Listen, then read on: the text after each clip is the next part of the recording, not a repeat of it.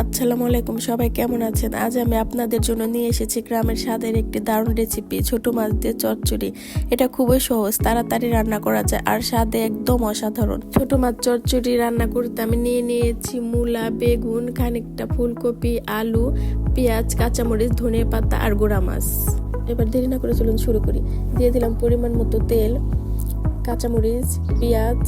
এখন আমি কাঁচামরিচ পেঁয়াজগুলো একটু তেলে ভেজে নিব। তারপর দিয়ে দিলাম কেটে রাখা সবজিগুলো। এখন দিয়ে দিলাম লবণ, হলুদ গুঁড়ো, মরিচ গুঁড়ো। এখন আমি মশলা ও সবজিগুলো ভালোভাবে মিশিয়ে নিব। আর মিশিয়ে নেওয়ার পরে একটু ঢেকে রাখবো। ঢেকে রাখার পরে আবার ঢাকনাটা উঁচু করে আরেকটু ভালো মতো নেড়ে চেড়ে একটু সিদ্ধ করে নিলাম। এখন হালকা সিদ্ধ হওয়ার পরে মাছগুলো দিয়ে দেবো। মাছগুলো দিয়ে আর একটু নাড়াচাড়া করে মাছগুলো সবজির সাথে ভালো করে মিশিয়ে নিব।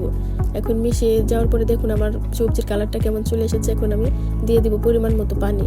পানির সাথে সবজিটা ভালো মতো মিশিয়ে তারপরে 2 মিনিটের জন্য ঢাকনা দিয়ে ঢেকে দিব। তারপর চলে আসলাম 2 মিনিট পরে। এখন ঢাকনাটা উঠিয়ে দিয়ে দিলাম কিছু ধনেপাতা দেওয়ার পর আমি 4 থেকে 5 মিনিট ঢাকনা দিয়ে ঢেকে রাখলাম। 3-4 মিনিট পরে দেখুন আমার তরকারির কালারটা কি সুন্দর হয়ে এসেছে এবং পানি অনেকটাই শুকিয়ে গেছে। এভাবে খুব সহজে হয়ে গেল ছোট মাছ দিয়ে চচ্চড়ি। এটি গরম ভাতের সাথে খেতে দারুণ লাগে। রেসিপি কেমন লাগলো অবশ্যই কমেন্ট করে জানাবেন। ভালো লাগলে লাইক দিন, চ্যানেলটি সাবস্ক্রাইব করুন আর আপনাদের বন্ধুদের সাথে শেয়ার করতে ভুলবেন না।